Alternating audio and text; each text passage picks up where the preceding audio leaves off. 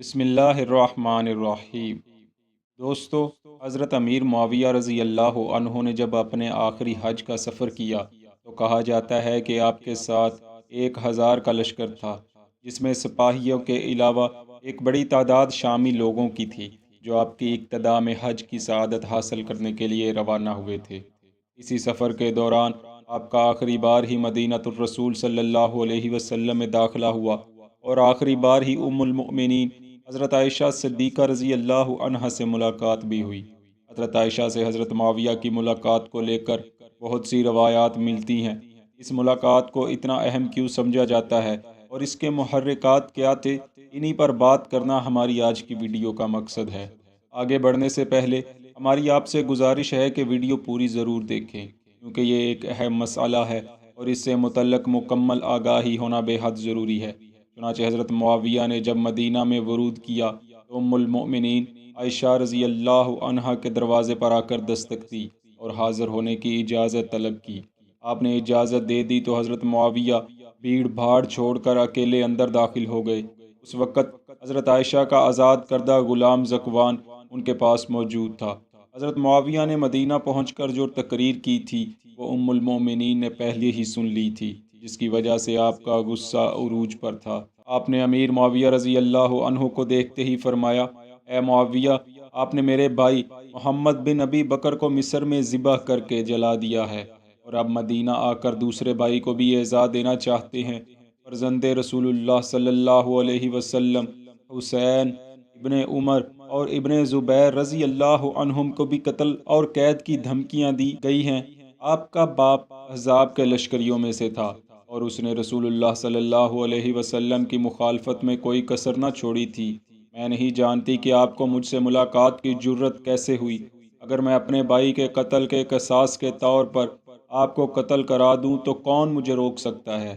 حضرت معاویہ نے جب ام المؤمنین کو اتنے غصے میں دیکھا تو اپنی جان کی فکر ہوئی۔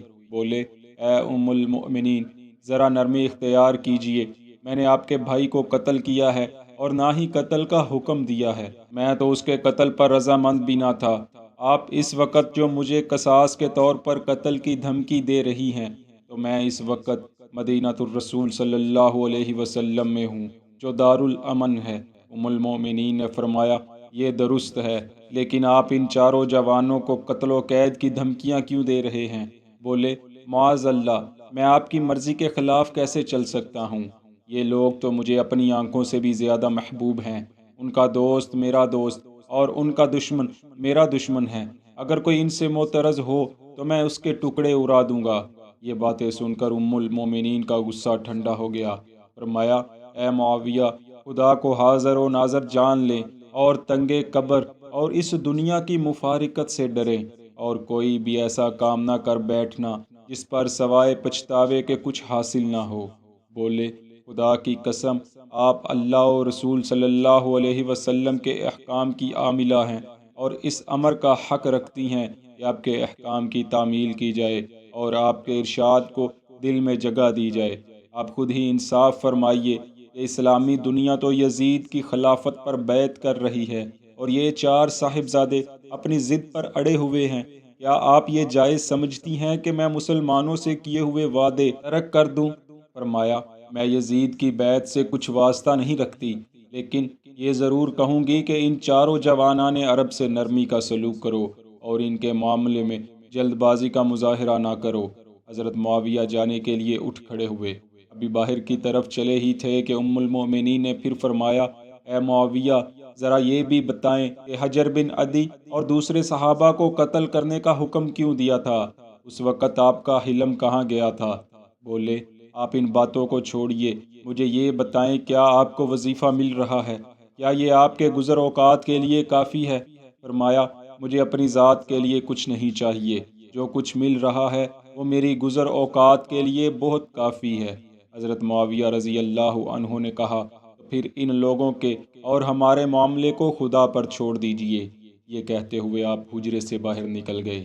سید سلیمان ندوی نے اس واقعہ کو سیرت عائشہ رضی اللہ عنہا میں کچھ یوں تحریر کیا ہے کہ امیر معاویہ جیسے ہی حجرے میں داخل ہوئے تو آپ نے فرمایا، آپ اس طرح میرے مکان میں تنہا آ گئے ممکن تھا کہ میں کسی آدمی کو چھپا کر کھڑا کر دیتی، اور جیسے ہی آپ اندر داخل ہوتے تو وہ آپ کے سر کو تن سے جدا کر دیتا۔ اس پر امیر معاویہ نے کہا، یہ دارالامان ہے، آپ یہاں ایسا نہیں کر سکتی تھی۔ اس کے بعد تقریباً وہی الفاظ ہیں جو اوپر بیان ہو چکے ہیں۔ ناظرین، اب آخر میں ہم اسی واقعے کو الحافظ ابن کثیر علیہ رحمہ کی بیان کردہ روایات کے حوالے سے بھی بیان کرتے ہیں۔ چنانچہ آپ نے البدایہ والنہایہ جلد 8 میں زہری کے حوالے سے یہ روایت نقل کی ہے کہ جب حضرت معاویہ حج کرنے کے ارادے سے مدینہ آئے تو آپ حضرت عائشہ کے پاس گئے۔ دونوں نے علیحدگی میں گفتگو کی، اور ان کی گفتگو کے وقت ذکوان، ابو عمر اور ام المومنین کے غلام کے سوا کوئی شخص موجود نہ تھا۔ حضرت عائشہ نے فرمایا، آپ اس بات سے بے خوف ہیں کہ میں آپ کے لیے ایک ایسے شخص کو چھپا دیتی جو آپ کو اندر داخل ہوتے ہی میرے بھائی محمد کے قتل کے بدلے میں قتل کر ڈالتا؟ حضرت معاویہ نے کہا، آپ نے درست کہا ہے۔ بس جب دونوں کی بات چیت ختم ہو گئی تو حضرت عائشہ نے تشہد پڑھا اور عدل کرنے کی تلقین کی، اور رسول اللہ صلی اللہ علیہ وسلم اور خلفاء کی سنت کی اتباع کرنے کی ترغیب دلائی، اور اس حد تک بات کی کہ حضرت معاویہ کے لیے کوئی عذر نہ چھوڑا۔ اور جب آپ بات ختم کر چکی تو حضرت معاویہ نے آپ سے کہا، خدا کی قسم، آپ عالمہ ہیں اور رسول اللہ صلی اللہ علیہ وسلم کے احکام پر عمل کرنے والی، اور ناصح، مشفقہ اور بلیغ انداز میں نصیحت کرنے والی ہیں۔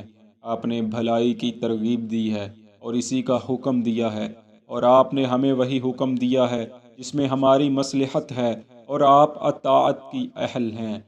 بس آپ اٹھ کر کھڑے ہو گئے اور فرمایا، خدا کی قسم، میں نے کسی خطیب کو نہیں سنا جو اللہ کا رسول نہ ہو، اور وہ حضرت عائشہ سے زیادہ فصیح و بلیغ ہو۔